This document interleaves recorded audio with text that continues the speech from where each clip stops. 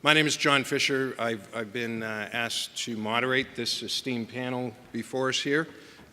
We will probably spend a lot of time on the good, the bad, and, by the way, the wonky. We'll get into the weeds a little bit, and each of our panelists comes with a deep background in ESSA and accountability systems and equity issues. We will start, and I'll introduce them momentarily here, and then we'll hear from each of them, and then there will be a chance for you to ask some questions, and we will attempt to answer them. Sort of like a quiz. So there will be an assessment at the end of this session, and we'll have some accountability for you as well. First of all, I'd like to just a little table setting here. How did we get here? Over the last short 6 to 8 years, I don't know about you, but we've felt pretty busy. Back when I was working in state education and now in my role at the Gates Foundation, it's been quite a busy period.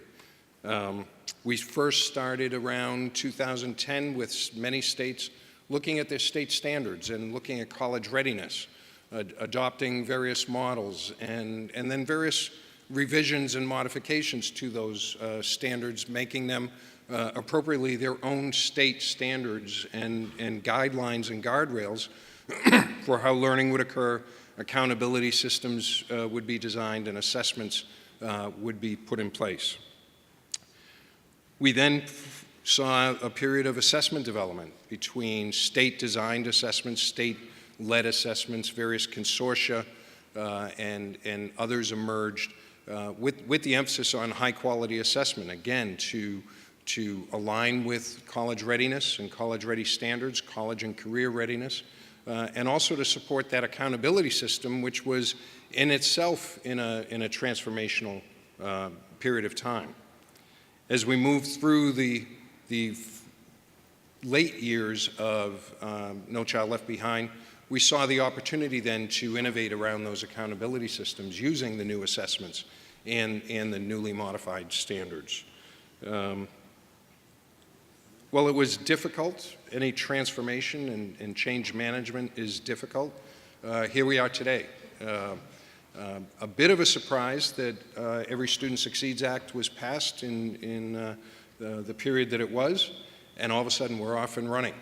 And states feel the responsibility and the accountability for really taking on that measure of accountability and responsibility for their students. And that has now worked right through to state policymakers, state educators, district leaders, school leaders, classroom educators, and the community, business community, parents, and students as well.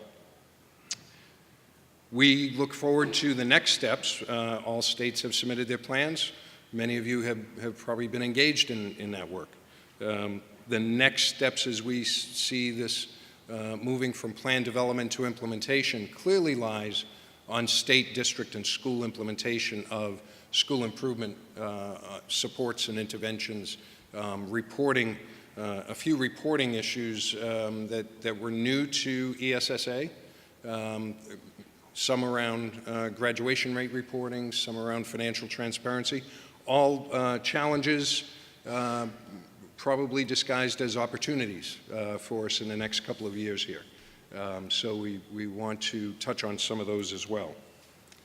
And new to ESSA, English learners accountability and Title III accountability and Title I, some of the new things there, some of the new reporting pieces that I mentioned. And one of the big shifts, of course, is a shift from federal school improvement implementation to school and district level implementation and state leadership in that. As I mentioned, our panelists come with a wide and deep variety of experiences here. I'd like to quickly introduce them. Their bios are online. If you download that app, as Governor Bush mentioned, you will see more lengthy biographies on all of these folks. First, Dr. Christy Hovanets.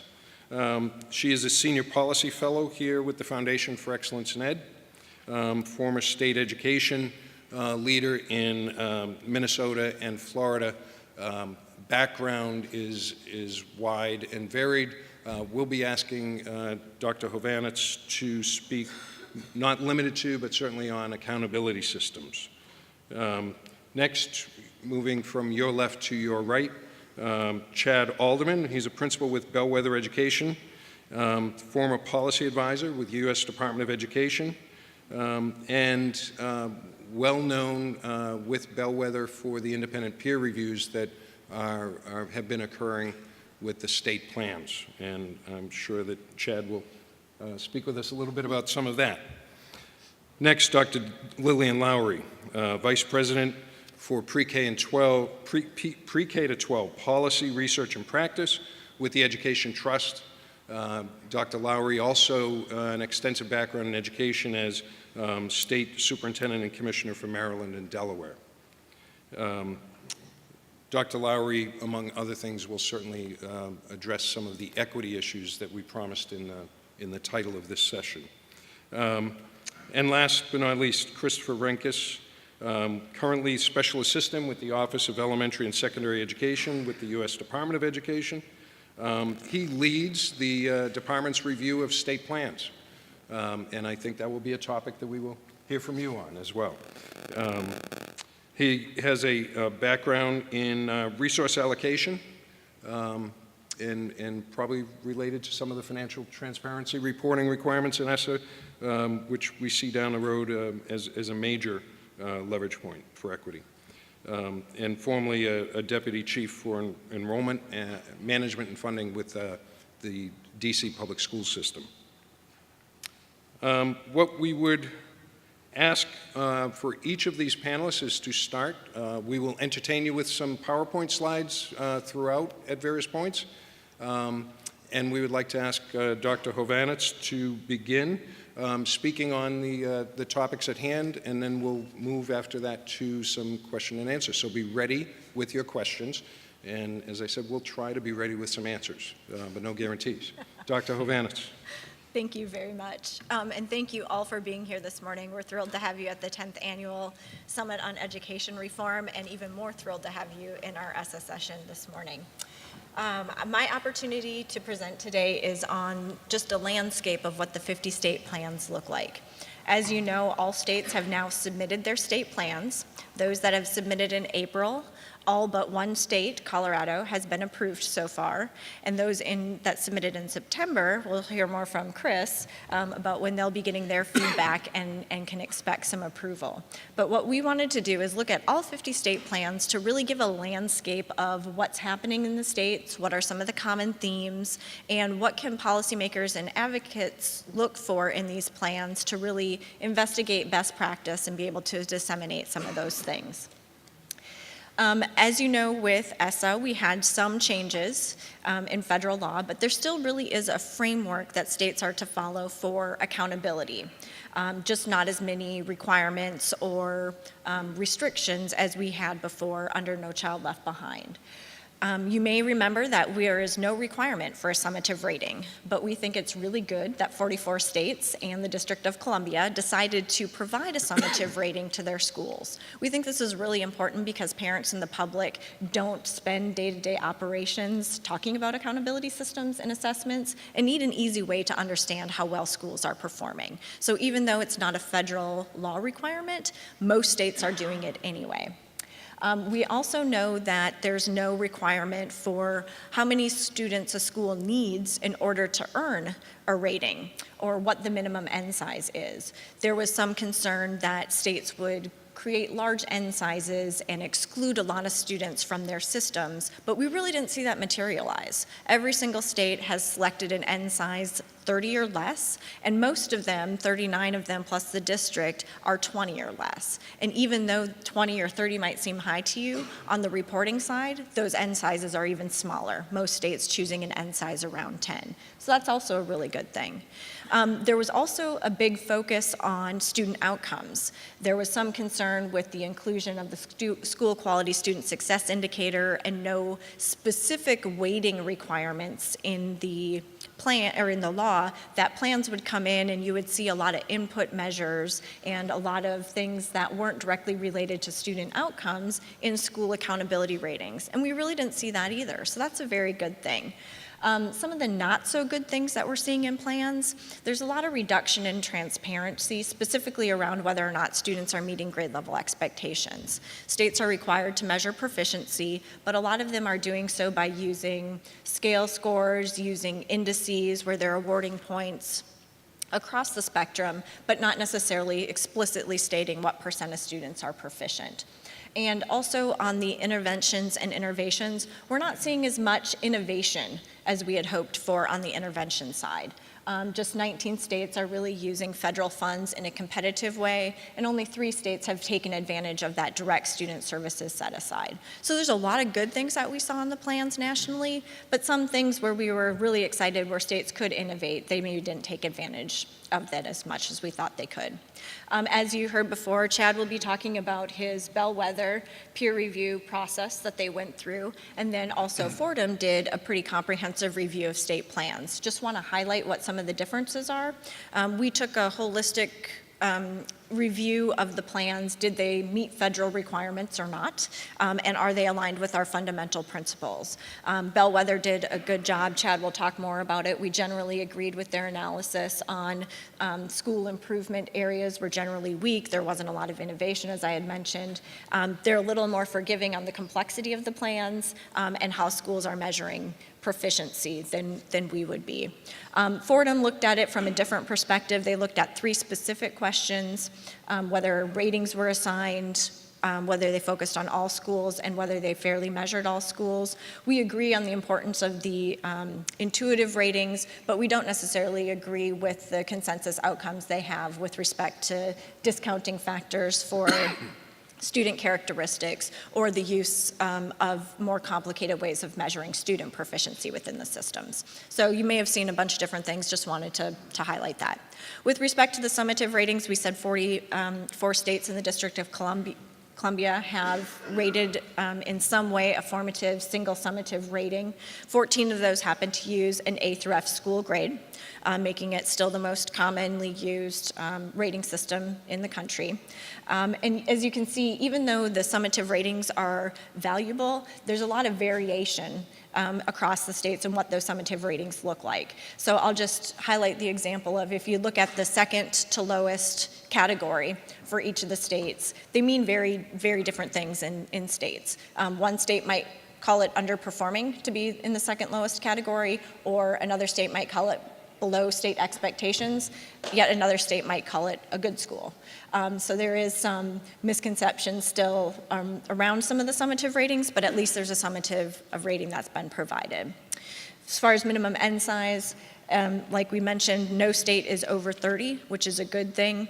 Most states are 20 and below, and those that are above 20 are generally reporting at a much lower N size. The weighting of indicators. We want to make sure they're focusing on direct student outcomes. As you can see, most of the states, 29 of them, spend 80% or more of their weight on indicators directly related to student outcomes. So graduation rates, English learners, progress on the English language proficiency in and of itself on reading and math, and growth. So we are really seeing there's a major focus on direct student outcomes, which we find to be a very good thing. We want some of those other input measures left up to the districts so they retain their local control and don't want to be prescribing how they manage or instruct within their districts. Also looking at the balance between growth and proficiency. It's really important that you keep your eye on the prize of making sure students are grade level proficient and are making meeting those expectations so they'll be successful in the next grade or college and career, but also acknowledging that some students do come to school further behind. So those green bars represent the percent weight on proficiency in a state, and the blue bars represent the percent of growth in the state. So you can see most of the states are doing a pretty good job of balancing growth and proficiency at the K-8 level. High schools, we see a little bit of the same picture with respect to how much is based on student level outcomes. Most of the states are basing 80% or more of their calculation on outcomes. But when we look at proficiency and growth, we see a little bit different picture in high school, and rightly so. By the time students get to high school, growth, while an important factor, the rubber really hits the road, and students have to be prepared in high school in order to meet the demands past K-12. If they're not already grade level proficient, that is the main expectation before they leave, not just making growth. We're also looking at the measures of academic achievement. We had mentioned proficiency has to be measured. It's a federal requirement. 20 states measure what % of students are proficient. Other states that are looking at their proficiency measure use either an index score or a scale score or some combination that's a little bit different. So only 20 states are really reporting out in their accountability system what % of students are actually meeting a grade level expectation, which is a little disheartening that there's not more focus on making sure kids are actually meeting those grade level expectations, and it's transparently reported out to parents and the public. Student growth. This is one we're probably the most concerned about. Most states are measuring student growth. There's only 1 or 2 states that aren't measuring individual student growth within their accountability systems, but not all states are measuring growth towards meeting grade level standards or expectations. They're measuring growth compared to their peers. And so using a normative system of growth and measuring growth towards their peers doesn't necessarily mean students will achieve grade level expectations. So we're excited that some states are using a criterion-based growth to make sure kids are moving towards proficient and advanced, and schools are getting credit for moving students towards proficient and advanced, not just getting credit for students that are competing or doing better than their peers. With respect to participation rate requirement that 95% of students are tested, the federal law is very clear that you have to adjust your achievement indicator to account for this, but beyond that, very few states are taking any measure to ensure that 95% of students are tested. This is important to be sure that the overall rating that you're giving a school is representative and that the student gets information about, and parents get information about how well students are performing. So we really would have liked to have seen more work done to ensure that all kids are participating in the state assessment to be able to provide better instruction to them. As far as school quality and student success indicators, pretty encouraged by what we're seeing here. Obviously, absenteeism is the most common indicator that we're seeing in state systems. I think we can attribute that to the suggestion that was made in the federal regulations that they use a measure of chronic absenteeism or attendance. And we're seeing that persist in about 35 states. Fortunately, it's a small component of their accountability system, usually about 5 or 10%. But it is a direct input measure in a lot of accountability systems. Really promising, though, is the use of college and career readiness indicators, looking at that college and technical education, credentialing, looking at advanced placement, IB coursework, and success students are having in earning post-secondary credits while still in high school. Also, some states are really starting to innovate with their school quality student success measures. Again, these are not substantial components of their accountability systems, but looking at things as to whether or not students are on track in 9th grade, whether they're earning honors diplomas, whether they're achieving at advanced achievement. So we are seeing some newer things come into state accountability systems that we haven't seen in the past, and I'm excited to see how those are going to play out and impact student achievement in the future.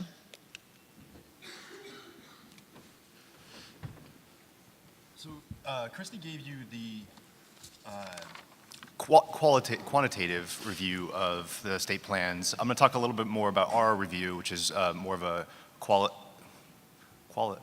in nature.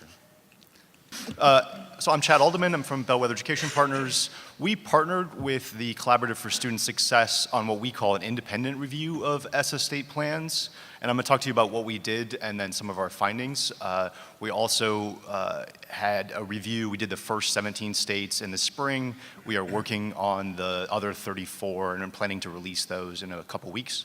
So I can talk about those as well. Our theory of action for the project was sort of like thinking about Spider-Man. And like Spider-Man, with great power comes great responsibility. And so ESSA gives states a lot of responsibility and authority to make lots of decisions, but it also presents new risks. There's not as much commonality across states as Christy adequately showed, and so there's a risk that states will make different decisions and they won't put as much emphasis on low-performing students or disadvantaged students. So we convene an independent review process. It's apart and separate from the federal process, which Chris is going to talk about later. But our goal was to capture strengths and weaknesses of each state plan and highlight those for other states, and also give them feedback. So our reviews are 7 to 10 pages of description about what the state's doing, and then talking about the trade-offs and some of the challenges or the pros of what they're doing as well. We felt like compliance with the law is necessary, but not sufficient, and oftentimes the law does provide good guardrails. Other times it's more of a barrier, and so we felt like we wanted to approach it with looking for high-quality plans, not necessarily with just a compliance lens. We wanted to be open to a range of potential approaches. ESSA gives states the opportunity to say, we really want to push on early childhood or STEM or literacy. Whatever that is, we wanted to be open to those and to see how states embedded those principles and priorities throughout their plan. We do acknowledge a bias towards action, so we felt like states have a unique role to play in pushing education reform, and so we wanted to see states, departments that were taking strong action on both the accountability indicators, the systems that were used to design and to identify low-performing schools, and then interventions in low-performing schools when schools continue to struggle. We felt like states are uniquely situated to do those things, and if states don't do them, they're either left to districts or they're left to other external providers that might not do it in the way that states would prefer. So we created our own rubric to assess what we felt like was a high-quality plan. So we had 9 components that touched on what we felt like were important that all plans should have. Again, this doesn't align us fully with the federal template. So the federal template is a document that all the states use to submit their reviews, submit their plans. It didn't include all the information that we felt like were essential to a high-quality plan. Partly that's due to what was in the law, partly that's just questions that were not asked or were asked differently. We focused on things like goals, standards and assessments, indicators, all students and how all students were incorporated into the state's plan, and then also how the states were providing supports for low-performing schools. The other thing is we felt like accountability is particularly important for disadvantaged students. So the research base suggests that accountability is particularly useful to identify low performance and incentivize change in those areas. And particularly when there's both a clear identification system and consequences for lack of success. So we recruited peers with a range of different viewpoints. This was an independent peer review process. And so we had more than 40 different education experts, including representatives from states, representatives from different communities, political diversity, ideological diversity, gender, racial, ethnic, all forms of diversity we were looking to have on the panel. And then we divided them into state teams, and each of the groups worked in teams of 4 to 5 they submitted comments, and then we compiled them, and then they came on site for 2 days and worked to hash out sort of a consensus document. And we felt like by having that diversity, the documents become more powerful and more influential that way. I also should say that some of these peers are actually here today. You may recognize them out in the crowd. Our list of overall strengths and weaknesses has a lot of overlap with Christie's, as she mentioned. I'll highlight a couple areas where we may have disagreed. I'll also say that where I personally might agree with Christy in some sense. We still were working in a consensus where the peers didn't always agree on things like growth models or complexity or things, and so we had to work within those parameters a little bit. We were excited, like Christy said, that most states are including some measure of student growth. We prefer states that have, all of our peers prefer states that have individual level growth, so tracking individual students over time, and No Child Left Behind, and some states are still using they're tracking change in proficiency rates over time, which isn't looking at individual students, it's looking at a school, and it's susceptible to changes in the cohort of who's actually in that school. We were encouraged that states are continuing to place a strong weight on academics. We liked some of the new measures of school quality. So one thing that ESSA did, and one thing that we felt like, our peers felt like, was No Child Left Behind. One of the reasons for the backlash was its overemphasis in some cases on English and math and not allowing for other things. And so our peers were generally encouraged to see robust measures of other skills included in the accountability system. So things like science. ESSA requires every state to test in science, and so rather than just testing kids, might as well use that in the accountability system. Some of the weaknesses that I'll talk about, No Child Left Behind had a very tight link between the goals that were used in the system and then what happened to schools. And so if a school failed to meet its goals, it had a series of consequences that were linear and clear. We don't have that anymore. So we have states are basically creating goals, and very few of them are using them in any way in their accountability system. You may think that's good, you may think that's bad, but generally they're completely unaligned, and our peers generally called out when their goals weren't matched to their vision, or if they just were sort of ignoring the bigger picture vision for the state. Christy mentioned the shift to normative growth models. There's also a shift to normative accountability systems. So in addition to comparing on a ranking basis for individual measures, we're also now creating systems, entire states that are, it's essentially a competition for schools. And so we're going to identify a subset of the worst performers, but we're not going to give them necessarily clear signals about what it means to be a successful school.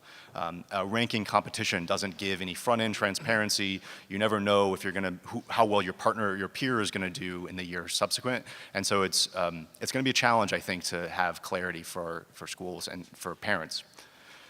It's also not tied to an objective standard. So No Child Left Behind was tied to a clear standard for grade level proficiency, and we've lost that in a lot of states.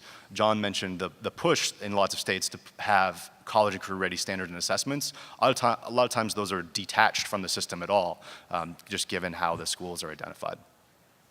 I think Lillian's going to talk more about student groups and student subgroups, but I would just say that our peers were generally unimpressed with how states were doing that. There are guardrails in ESSA that states had to do. A lot of times states copied and pasted those into their plan, and so it looks like they are promised to do things, but they haven't taken the time to show what those rules will mean for their given state, how many schools they would identify, where those schools would be, what types of schools they are identifying or not identifying. And we felt like that was either states don't have their systems complete and they can't show that yet, or they don't want to show the numbers yet, and there's some reason for that, but we felt like that was missing from the plans. And then Christy also talked about this area of agreement that ESSA gives states a lot of flexibility on what school improvement looks like, and we've been through lots of transitions over the last few years about school improvement from a very top-heavy system under No Child Left Behind, still a pretty top-heavy system under a grant called the School Improvement Grants a few years ago. And so the ESSA allows states more flexibility, and yet we're not seeing a whole lot of new interventions. For the most part, it's a lot of continuous improvements, needs assessments, but it's not quite clear what's actually going to happen in a school or when something would trigger some more serious consequences. So I mentioned our partnership with the Collaborative for Student Success. This is a true partnership. We're doing Bellwether is doing the policy analysis, but the Collaborative is really going to help connect with all of you, with other state advocates in the states. And they have a website called checkstateplans.org that helps communicate around strong plans and best practices. So you can go into checkstateplans.org and see for goals, which states have the best goals according to our peers, or which states have a strong indicator list, things like that. And so you can go in there and look for different pieces. We sort of felt like you could build a pretty good model of Frankenstein accountability system by piecing together different systems, different pieces from different states. So with that, I'll turn it over to Lillian.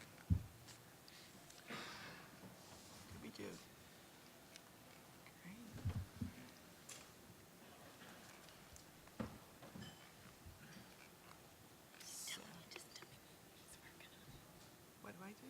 He's working on it. Oh, he's working on it. While he's working on it, good morning.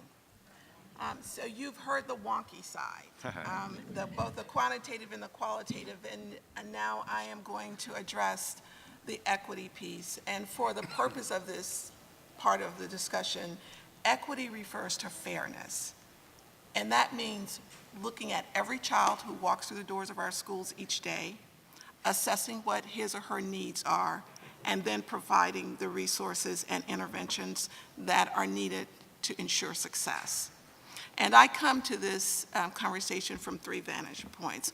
One, as a state chief who was in the seat as the Elementary and Secondary Education Act was being reauthorized, which yielded us ESSA. I subsequently left to go to Ohio to work with the business community and leaders in Franklin County around workforce readiness with a focus on cradle to career, what needs to happen at each transition. And then now at Ed Trust, where our top of mind mission every day when we walk through the door is to determine how we are best serving underserved and vulnerable populations of students. So I, as a chief, also served on the executive board for CCSSO, which is the organization to which all chiefs belong, and I can say without question that the chiefs, the majority of them and their state leaders, really did push the equity focus because they had already begun the work and they were committed to the work, and the voices that were heard on the federal level when the reauthorization was in process was around, 1, making sure that we maintained rigorous standards, which would compel educators to engage students in higher order thinking, problem solving, applied learning that could be portable throughout their careers. The other piece was the strong accountability systems. And having the plan on paper, as you've heard from the 2 previous speakers, is important. Where I am going to focus our time together is that actions speak louder than words. And so, although we have, as you've heard, some really strong indicators in most of our state plans, what is happening is school ratings are being normed. So we're looking at averages. And averages sometimes mask. So accountability systems matter because they can do 1 or 2 things. They can highlight where we have problems with educating children that we need to address, or averages can hide that. For example, and you heard some of this before, if we're looking at normative averages, where we look at school-wide data to determine how we rate the school, and for example, if it's an A through F rating, this district, so if you look at the far left-hand column, that's the school rating. The school, this is an elementary school, math proficiency, the school gets an A. But when you start looking at the disaggregated data around what that means, and so that's what goes out to the community and everyone's happy because our school gets an A. But when you start disaggregating the data by groups of students, you see the white students are doing extremely well. Our Latino students are 40% proficient.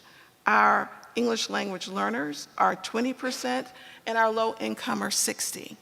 So if we are going to rely on these school ratings, the questions that leaders, policymakers, and advocates have to constantly ask is, are all of our students learning? And if they're not, what are we doing about that? So when we start setting the bars, even with the ratings, and start looking at our groups of students, so let's say a state is really looking deeply at different groups of students to determine how they are going to target support, how they define, and you've heard some of that this morning, how they define consistently underperforming matters. And let me give you an example of a differentiated target. So if we are going to say that we are going to identify a school for targeted or additional targeted support based on differentiated targets for different groups. So we're going to look at our white students, our Latino students, our African American students, our Native American students, and we're going to compare how they're doing against themselves. And if the benchmark for an African American group of students, which would be the lowest performing groups of students in that school, would be anywhere from 5 to 10%. And if they're operating in 5 to 10% of proficiency, we're going to target them. In the school example that I just showed you, that means that in that school, the white students could have 20% of their students underperforming, and we would want to improve.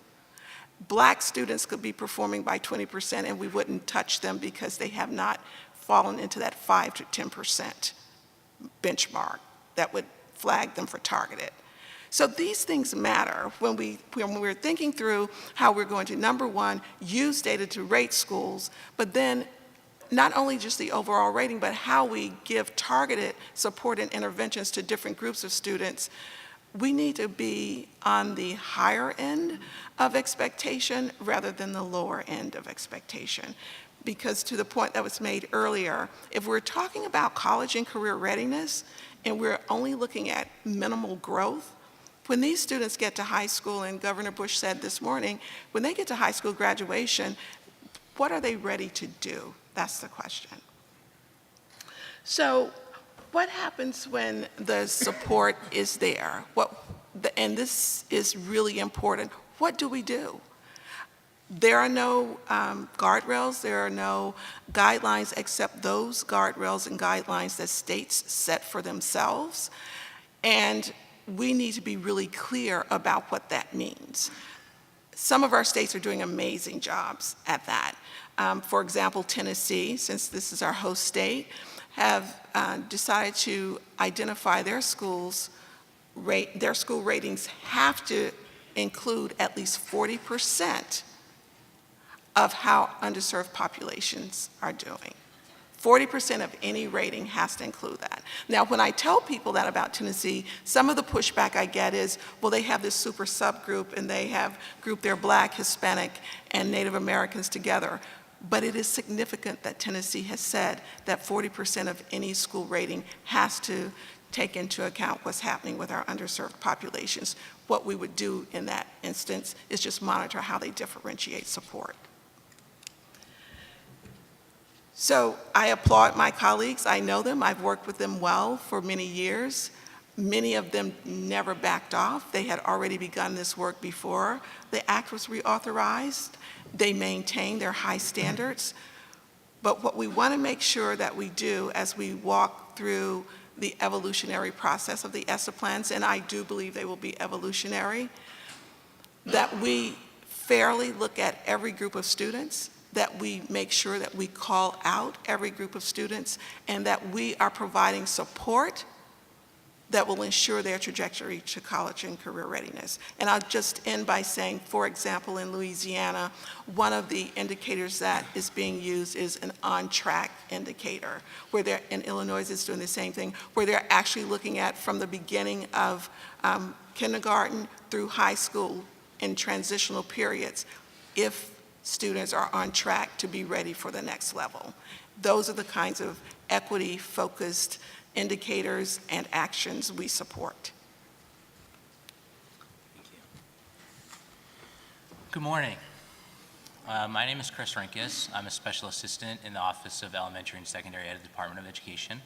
And I want to thank ExcelinEd for inviting me to be here today. And I really want to take a moment just to thank my fellow panelists for their leadership and for their advocacy.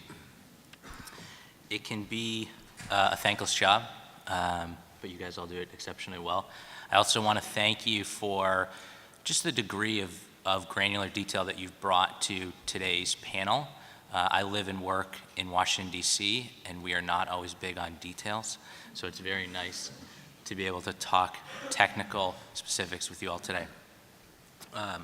That being said, I did want to take a moment or two just to think about the big picture. For me, this is truly an exciting time for education policy in this country. Before I came to the department, I worked for many years at DC Public Schools in Washington, DC. And at DCPS, we had the freedom to try new and different things in an effort to discover what would work. And that was really a testament to visionary leadership of people like Michelle Rhee. It didn't come overnight, but ultimately it worked. DCPS is now the fastest improving urban school district in the country. But I've since discovered that freedom to innovate, the freedom to try new things, is very much the exception rather than the rule. Many states and districts find themselves locked into processes, bureaucratic, obscure, that limit innovation. I think in many ways the passage of ESSA has provided the opportunity now for all states and all districts to innovate in new and different ways and to take risks, to try things that weren't otherwise possible under previous federal law. But I also think a little bit about how we arrived here.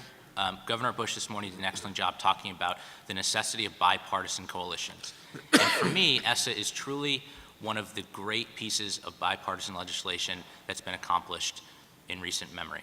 I would challenge folks in this room to think about a more important piece of legislation that's been passed with more bipartisan support than ESSA. I also think about Governor Bush's remarks, and I think about the grassroots nature of public education. Every single person in this room has been exposed in some way to public education, either by you yourself attending public school, by your children attending public school, by your coworkers, or people that you meet on, your neighbors, people that you meet having gone to public school. It's truly a universal issue that we all bring something to. And so this opportunity to have both a bipartisan and universal piece of legislation is really an exciting moment. But it's also a pivotal moment. So we've talked a lot about the plans, what they look like, but in many ways the plans are just the starting point.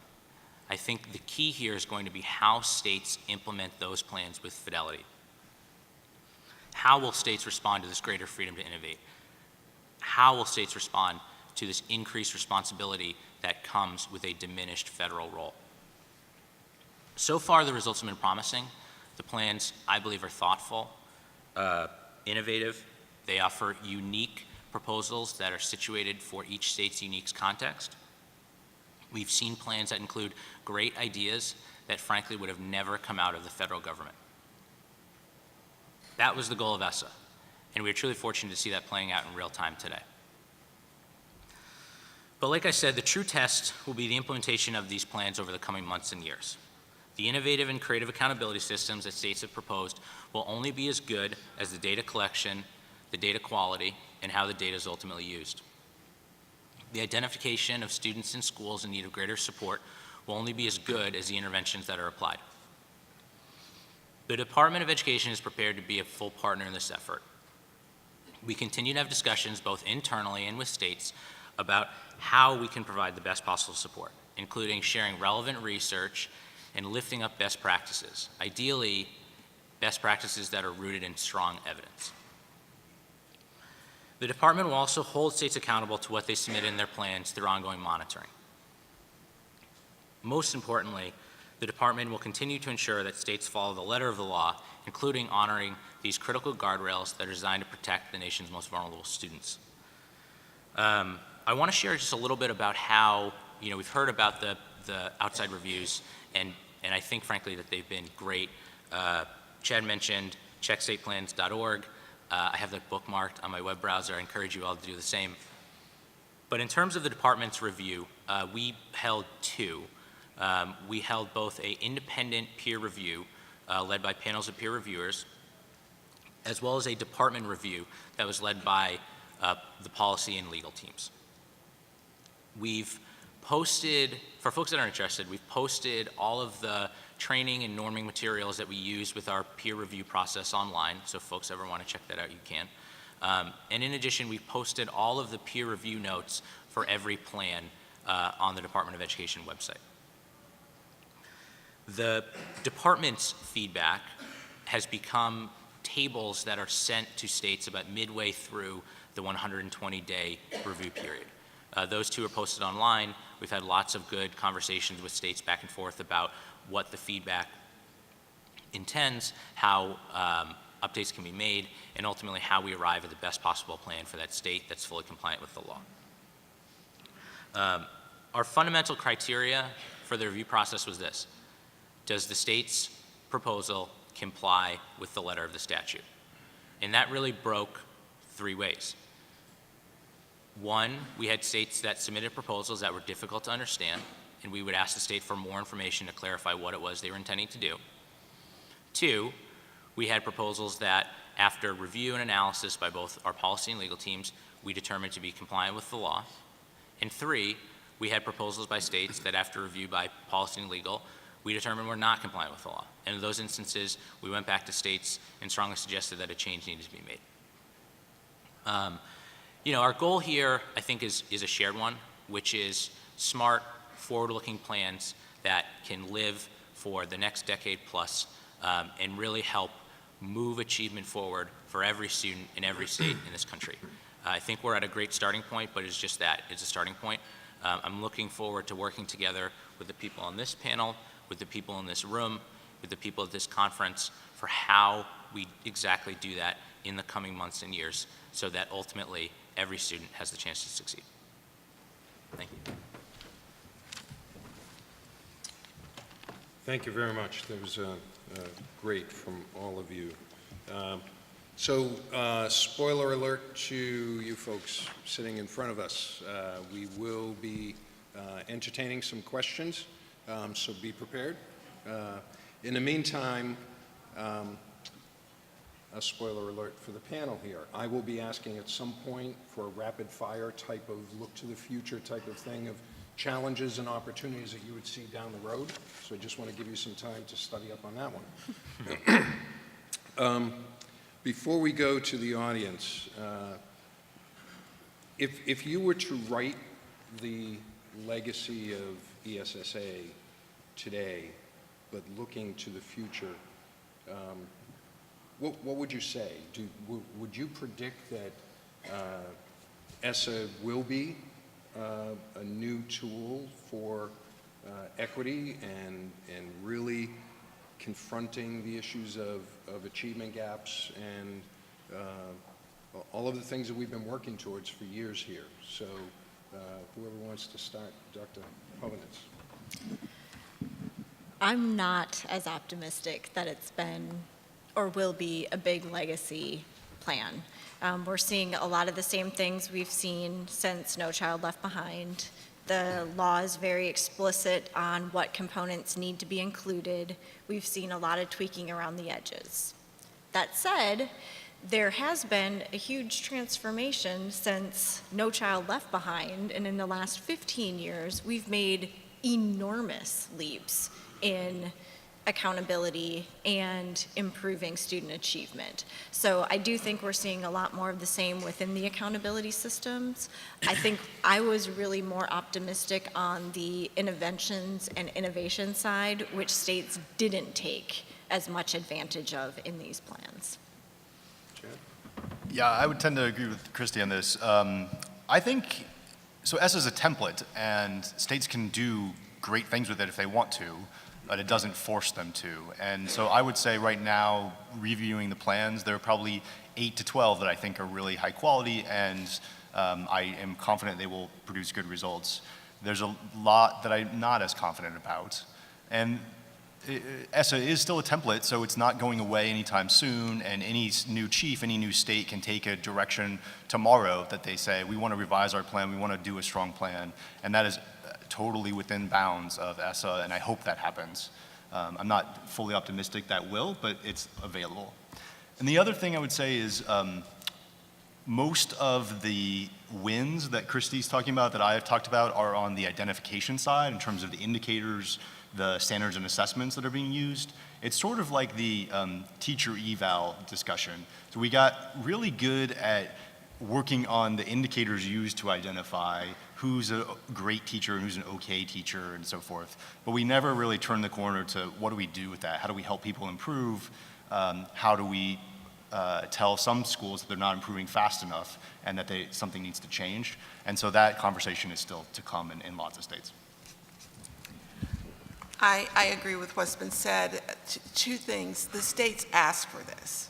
When I was a state chief, states pushed to have to be the masters of their own destinies, to be the captains of their ships. States got what they wanted, so we have to be really mindful of what we ask for. I'm of the mind that, and I lived through the Race to the Top and the flexibility waiver, and I thought it was good work, and it did move the ball. We had to literally implement what we put on paper. And so I think a little bit of hesitancy this time around was, if I put it on paper, am I going to be given any flexibility to change? So to agree with Chris, this is evolutionary. It will either make or break the opportunity for the states, because if states don't step up, take this opportunity, and be innovative and creative around all students, 5-10 years from now, we're going to be back to where we were. So I know that there was the will because there was the ask, but as I said early on, their actions will determine whether we can trust them to do what they need to do.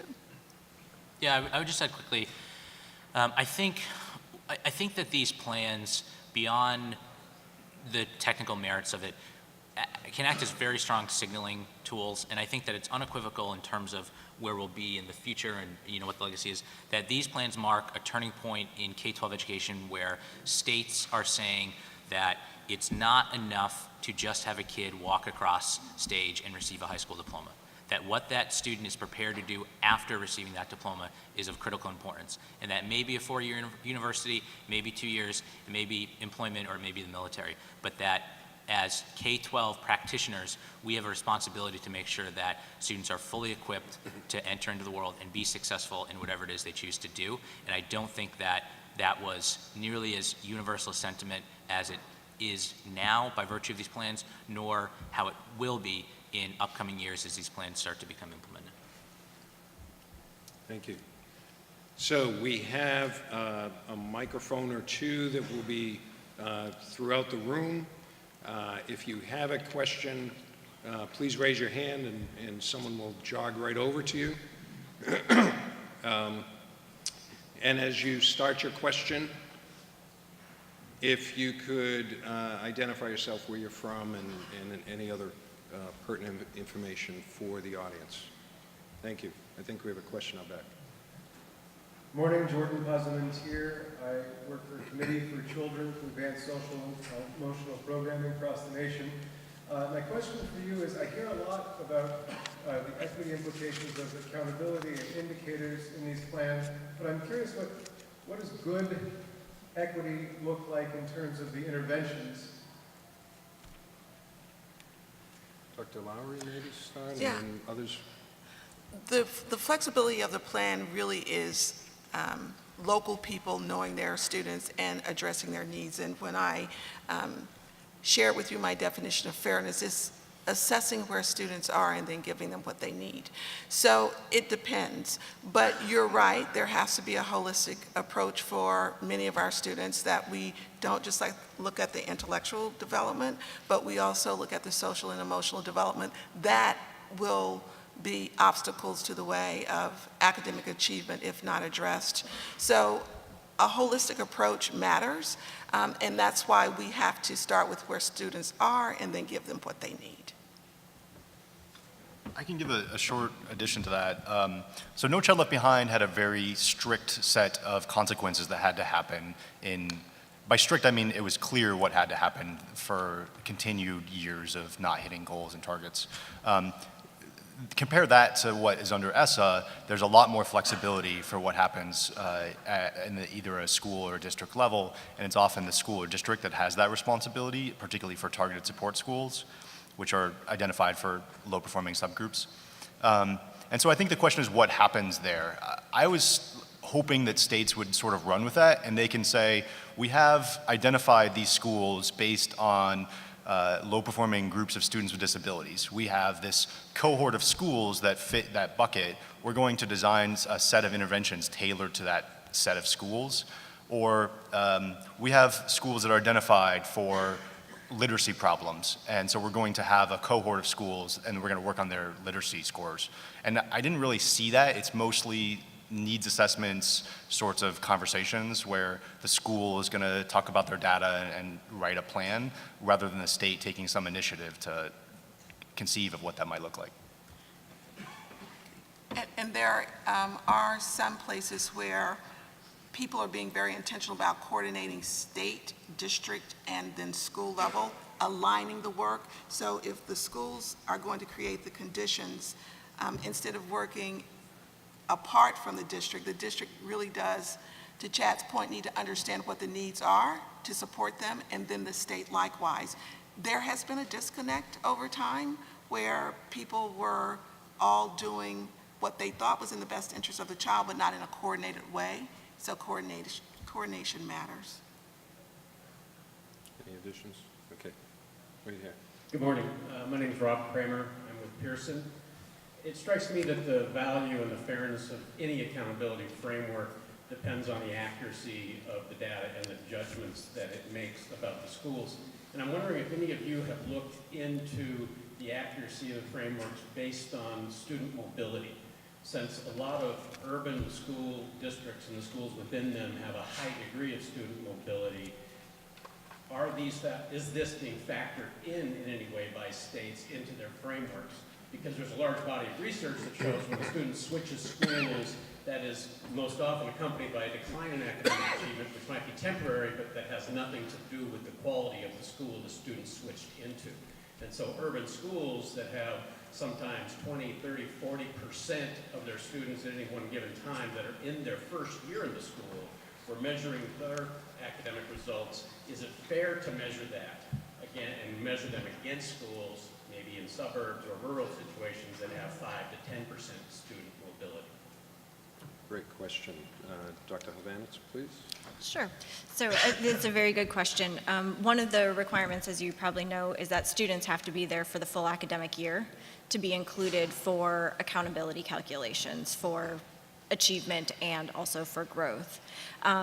The second thing is mobility is certainly a concern or an issue, but if you look at the stability instead of the mobility, the picture looks a little bit different. There might be a lot of kids moving in and out, so you have a great percent of students who come in, leave, another student comes in, leaves, another student comes in, leaves, but 95% of your school population is stable. You just have a 5% turnover, and it's 30, 40, 50 kids throughout the year, so your mobility rate is not necessarily the converse of your stability rate. So that's another thing. A third is looking at it from the perspective of those are the kids that truly need the most help. So discounting that factor means you're setting lower expectations for kids that, are bouncing around, do need a lot more support and a lot more interventions. And then fourth, too, you're looking at it from not just the perspective of achievement, but also from growth. And we're looking at, is that student making progress? And they're only, again, accountable if they've been there for the full academic year, but are they making growth in that school? So it's not just a pure achievement measure. So I do think it's a realistic thing to look at and to be aware of, but I would not discount in an accountability system student mobility just because they're moving in and out of a school.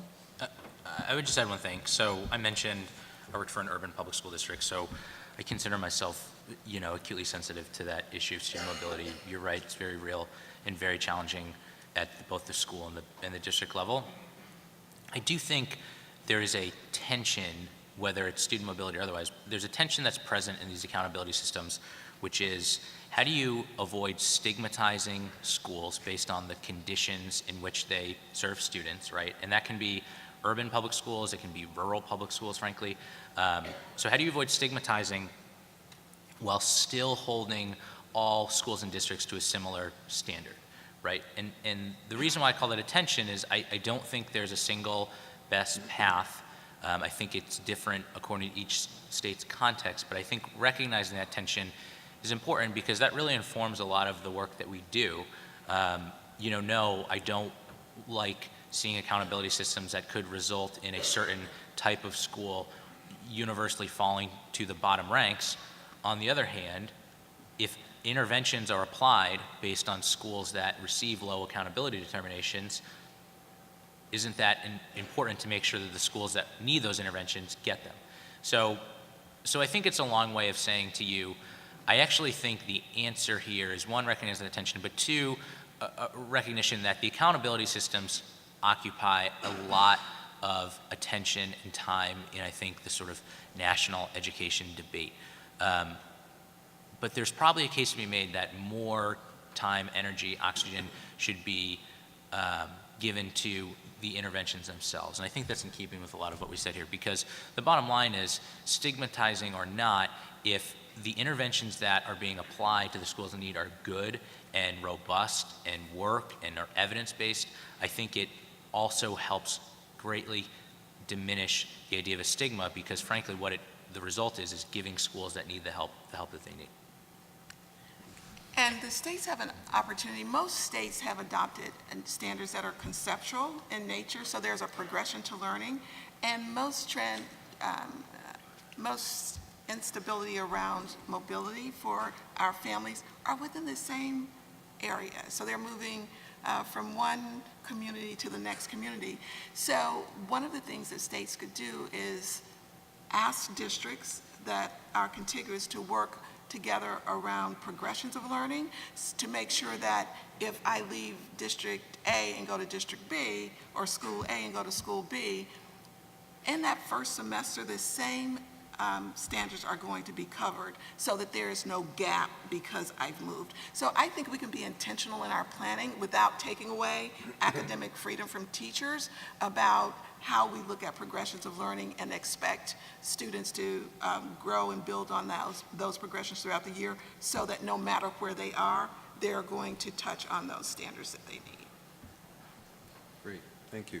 We have one question here, one in the middle out back, and then a couple in the front.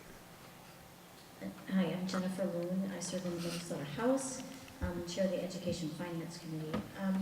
So kind of picking up on a comment that Christopher made in developing an accountability system that I think is understandable for parents, I think is critical. And I'm sort of a fan of the A through F, but I'm wondering, is there evidence that using a system like that actually leads to better or more effective interventions in schools? Are you seeing greater progress connected to accountability systems of that nature? Because I think, there's a lot of pushback in our state, I assume in some others, of going with an A through F. No one wants to send their kid to a school that's graded F. Is that identification too demoralizing to there are a lot of staff and teachers not working very hard, but in very difficult circumstances, and a lot of students with great needs? Thank you. Dr. Hovanec, maybe, and Chad, I think you both have. So I worked in Florida since we started implementing A through F, and it is a really tough conversation to have when you grade a school an F. I was in Florida when we did the first school letter grades back in '99, and we had more DNF schools than we did A or B schools. And to put that in perspective, as Governor Bush was saying, we had increasing dropout rates, decreasing graduation rates. We are among the bottom 10 states in the National Assessment for Educational Progress. So that was not a far stretch to say we had more DNF schools than we did A or B schools. Over the next 3 years, even the next year, we ended up not changing our standards. We did not change our test. We did not change our expectation. We did not change how we graded schools. That next year, we had more A and B schools than we did D and F schools. And it was simply because there was a very clear focus that student outcomes were important. This is clearly how you are going to be held accountable for your students in your schools and making sure that they're learning. And the state really didn't intervene and say, you have to do this, you have to do that. Local school districts made a lot of really good choices on how to rearrange their instructional personnel, what to focus on for staff development, how to reorganize their resources, and really pulled together to put those things forth. The other thing was we rewarded schools that improved their school letter grade or earned an A. and gave kids options out of those failing schools in those first early years. And since then, we've had a number of independent research studies from academics and nonprofit groups, as well as just our own high-level analysis that really does demonstrate that students are improving substantially in Florida. We have closed achievement gaps substantially between advantaged and disadvantaged students, between race groups as well. That F is a big mark to display publicly, and it's very transparent, but like Chris was saying too, is it a bad thing that you label a school F and then provide them a whole bunch of additional supports and interventions and resources to really remedy what negative things have been happening in that school? So it's a way of identifying schools and making sure the attention and focus is really there to ensure those kids get the help that they need. Yeah, I would add a couple things. One, just think about it from a principal or an educator's perspective in terms of how do they react to the system. If they can't figure out how to improve their rating, then that means the system isn't working very well. The system is supposed to send signals to people about how they're doing and how they can improve. And if it's not doing that, then it's not a very good system. The other thing I would say is people often criticize accountability because they're gameable, and like you can do something and then boost your score. The key then is to find ways to include metrics that are actually, you want them to game. So things like advanced placement. You want more kids to take advanced and placement tests and pass them. And so, yeah, they're gaming it if they enroll more kids in AP. There are ways to control against that, but the measures that you want in the system are things that you want to send a signal about for your state. And then just in terms of the research base suggests that accountability matters, so transparency is better than nothing, and consequences with transparency are even better. So to Christy's point about Florida, they had strong consequences for what happened in an F school, and people didn't want to be F schools because of that. Similarly, there's a research in New York City, they had A through F ratings, and under Mayor Bloomberg, when they had a new mayor, they had the same exact transparency system. All the measures, they just stopped giving the A through F rating. All of a sudden, schools didn't have that incentive to improve, and that's what happened. Like there was stagnation or even some declines among F schools. That sort of impetus to change fell away. So I would strongly encourage some sort of clear rating. A through F, I think, is pretty understandable, but there are other ways that can be done. Our time with you is running short, so I think we might have one more here.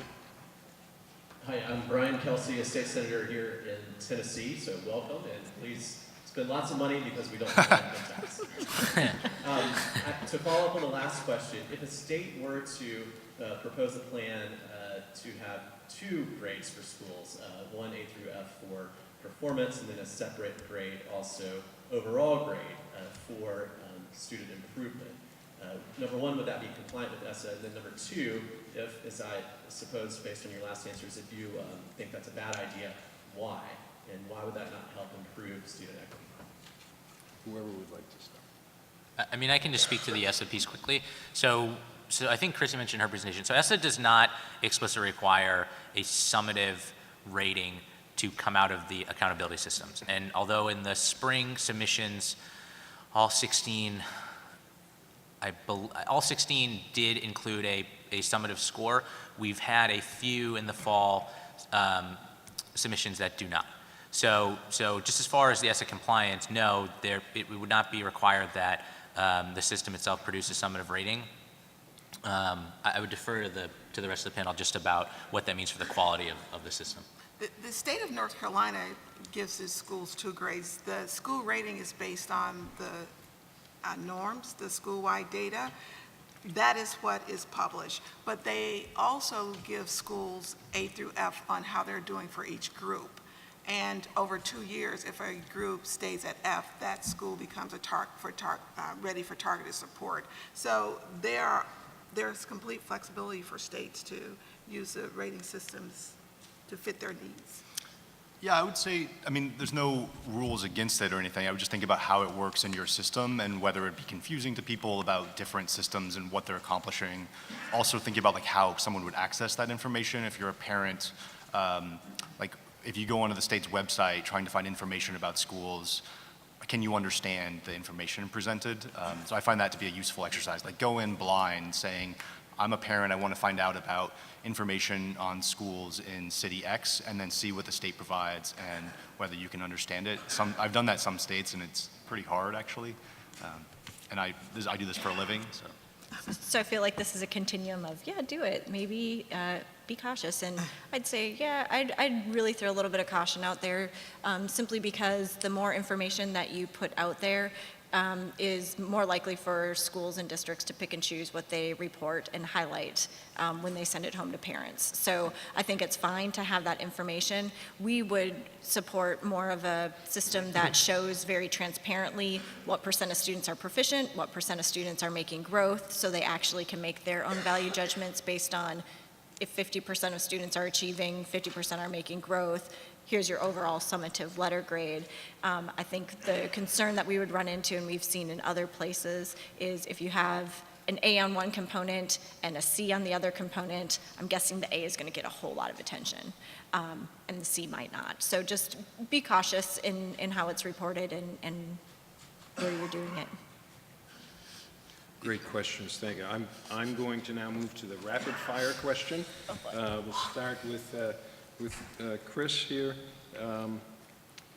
Over the next 2 years of ESSA, we're moving from plan development to implementation. If you can pick at least one opportunity and one challenge that you see coming up from state level, district, whatever. That's a good question. So I think this ties in with a lot of what we talked about. So I think the most promising thing over the next 2 years, right, and that will include at least 1 year in which states are using the accountability systems that they've proposed, is we've seen a number of very sophisticated systems that pull in a wide variety of different elements. And in fact, it's sort of in keeping with the audience questions, really represent, in my opinion, the width and breadth of a school, right? This is not just reading and math. This is taking into account a whole host of factors that I think inform what the school experience is for the student and parents. That's great, and I think that's truly promising. I think especially when the end result of those systems is a clear and transparent accountability determination, it makes it much easier for parents to consume the information and understand where their school, how their school is performing and how that performance rates relative to other schools in the district or state. That's the upshot.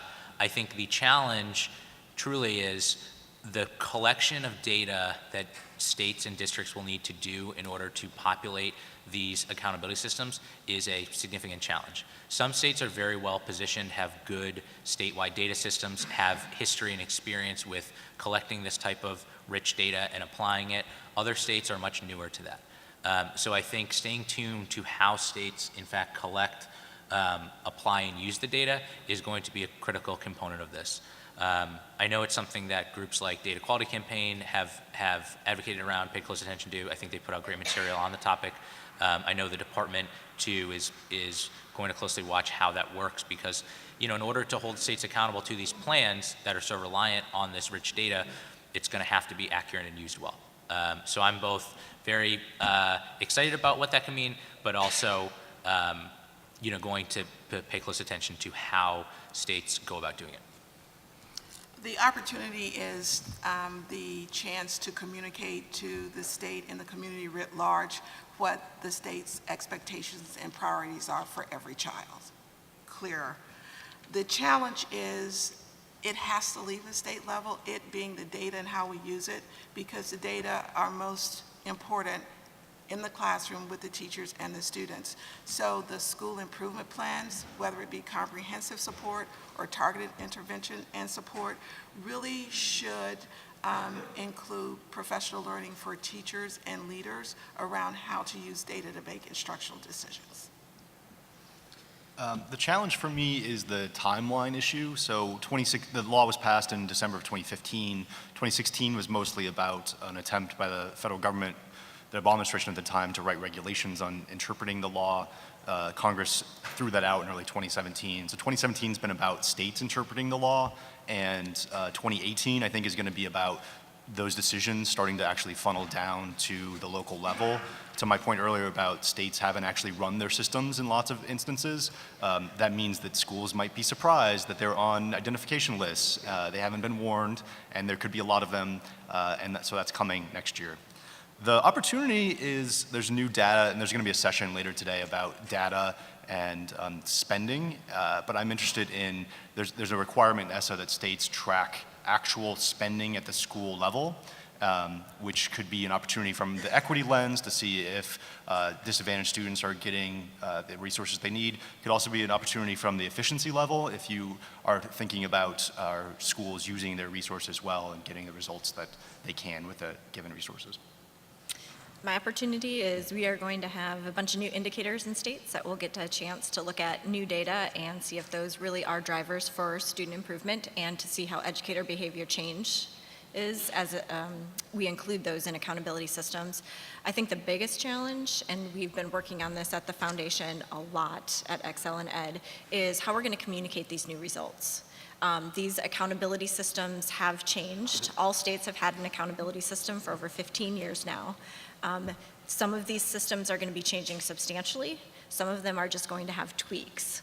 Those states that are making minor adjustments to their system, it's going to look very similar, but the results are going to be different. So how are we going to be communicating that effectively to parents and the public and even to educators to get them really used to what the new systems look like? And also parents, the new data website reporting requirements, how are those communications going to go to pass? So I think communications just with this new information, with the new systems, is going to be the biggest challenge so far. Great, thank you. Our time is coming to an end. As your peer reviewer, I'd like to say, first of all, your end size of this group far exceeds anything we saw in any of the state plans, but the summative rating for this group is definitely an A. And I would like to thank you for your questions and for your attendance. I also think a summative rating for this panel is an A, and please thank them with me for